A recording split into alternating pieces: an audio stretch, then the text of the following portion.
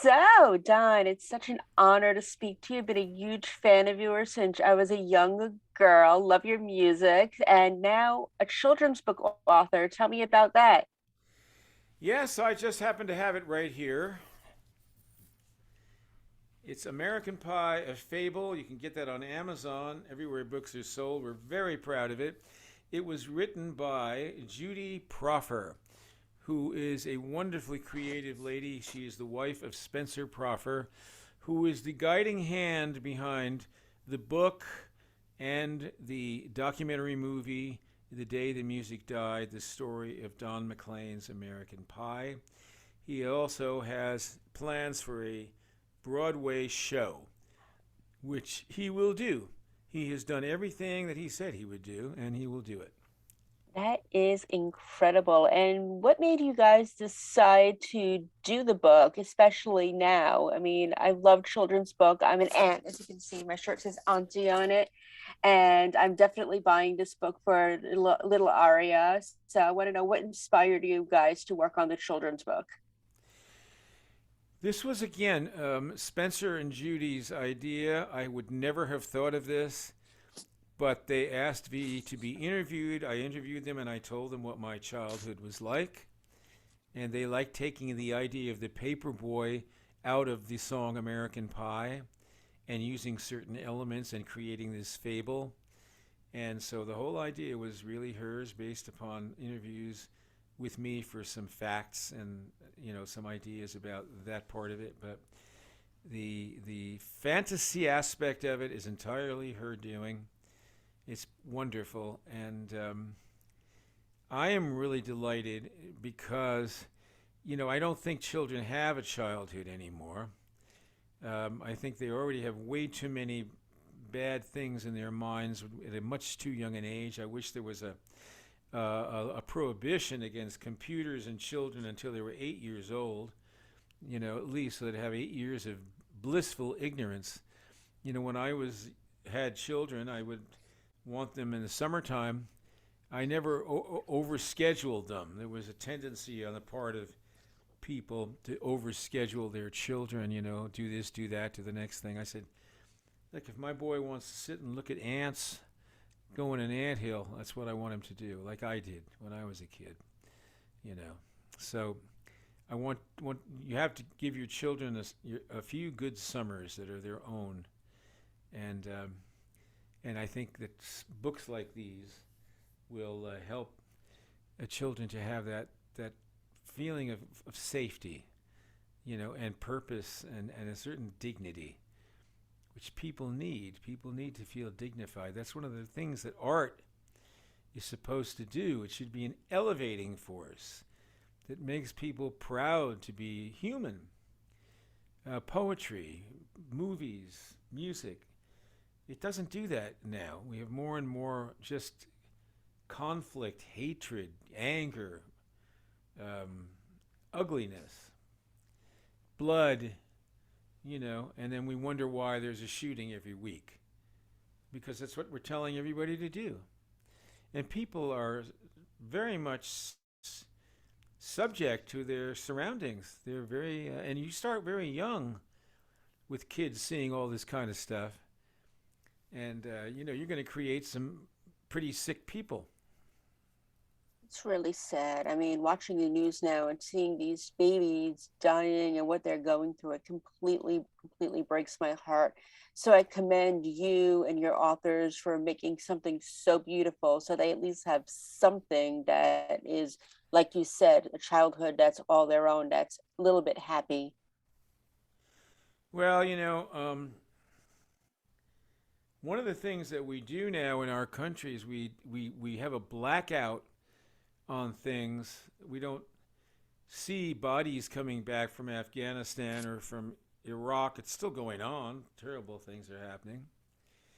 We haven't, and even our wonderful Obama participated in this. The reason we ended the war in Vietnam was because we saw so many people coming back dead, and we had film footage and saw what we did to these people who didn't do anything to us. And the Iraqis didn't do anything to us either, or nor did the Afghanistans.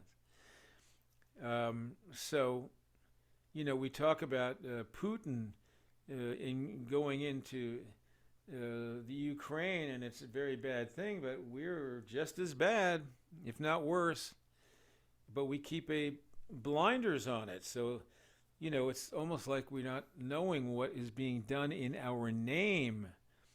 We are America. We're the United States of America. We are U.S. citizens. We need to know what's being done in our name in the world, and that's the point of artists to. But no one cares.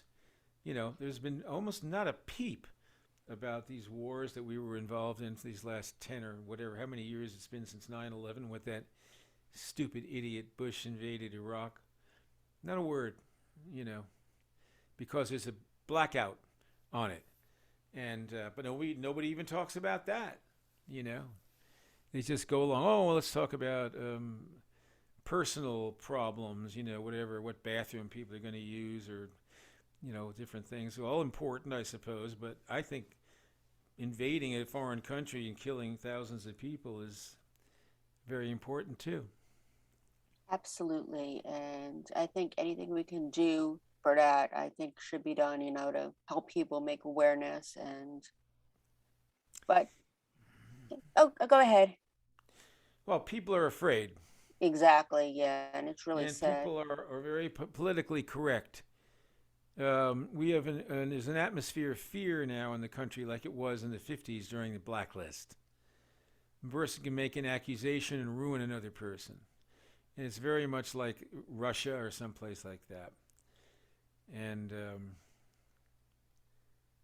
I think it's changing now, though. I think that's finally, I think, it's been allowed to play out to the point where and it's now somewhat absurd. Um, there was an op-ed piece in the New York Times. Why don't we pull down old rock and roll songs like we do Confederate statues? And of course, I was the subject of the first one. Why shouldn't American Pie come down?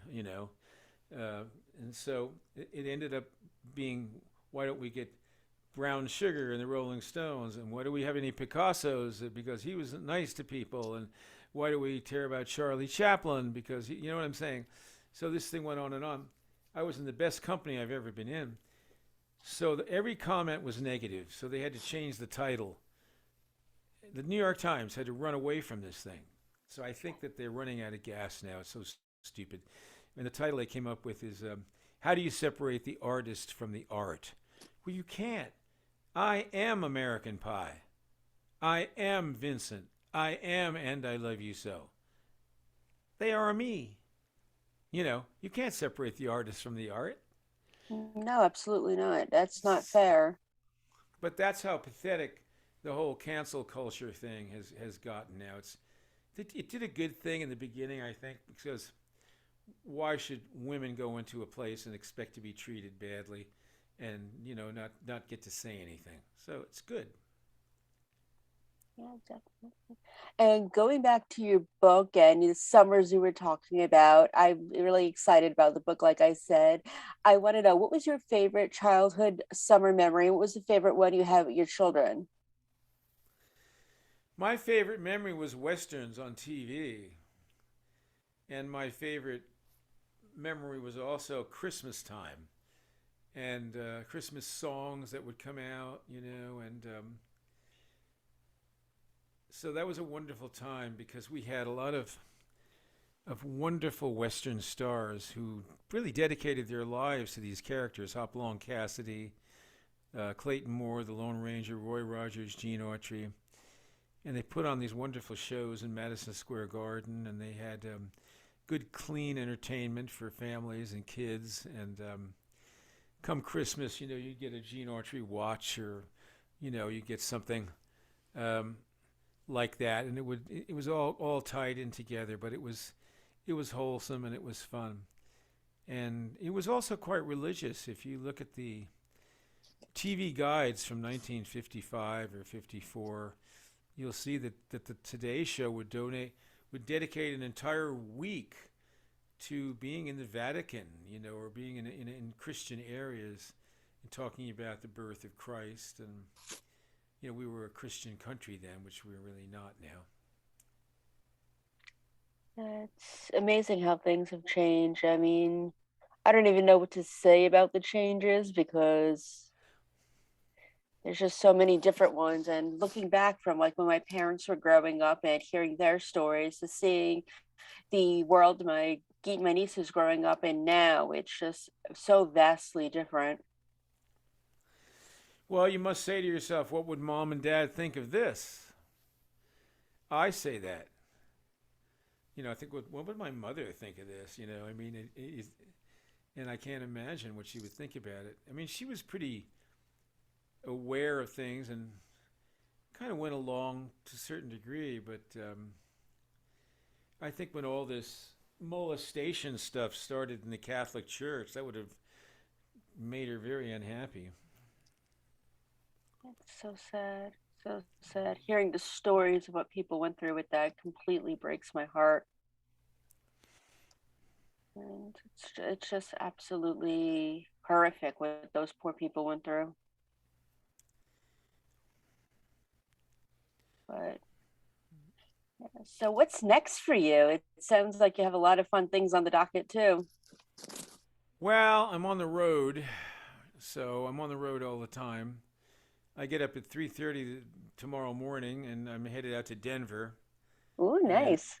I'll be two nights in Colorado, and then in Phoenix, and then we're taking the bus to L.A. and we're going to see um, we're going to see my documentary in a movie theater, kind of a so that's kind of exciting. Yeah, tell me about this documentary. I'm excited about it.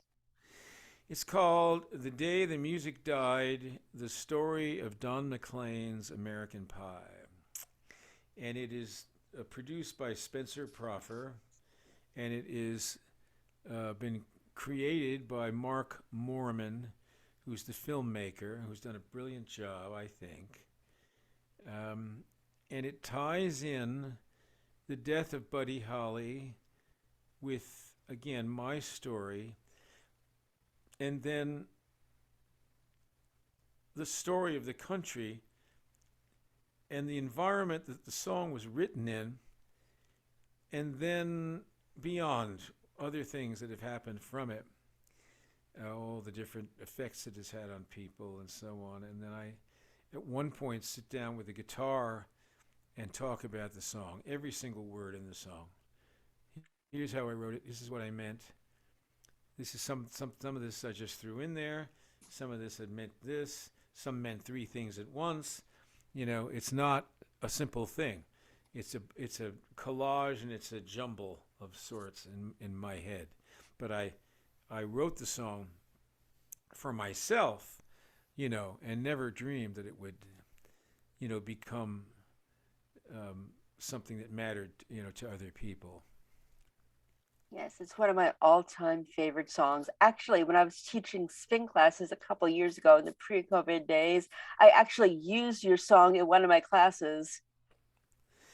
Well, that's nice. You could talk about a lot of things. Yeah, that's exactly what I did. And like by the end, people were like, because I would go fast, I would do the jumps, and then at the end, it would slow down. By the end, everyone was like, Sammi, we love this song. We love you. We love this class, but that was the best workout I ever had. Because they were like, by the end, they Well, were that's just like great. feeling it. But it really inspired me so much, that song. And that song was a big, iconic song in my childhood, and I absolutely love it. Well, I really appreciate that, and I really thank you for saying that. It buoys me up and makes me happy. Nice. And what you've accomplished so much in your life. I want to know what's next on your bucket list that you want to accomplish. Well, I want to get through this tour, and I want to enjoy it, which I am. I have a box set coming out of the 6 albums that I made for United Artists, with a new album called American Boys, which I've written and recorded during the pandemic. That's going to come out.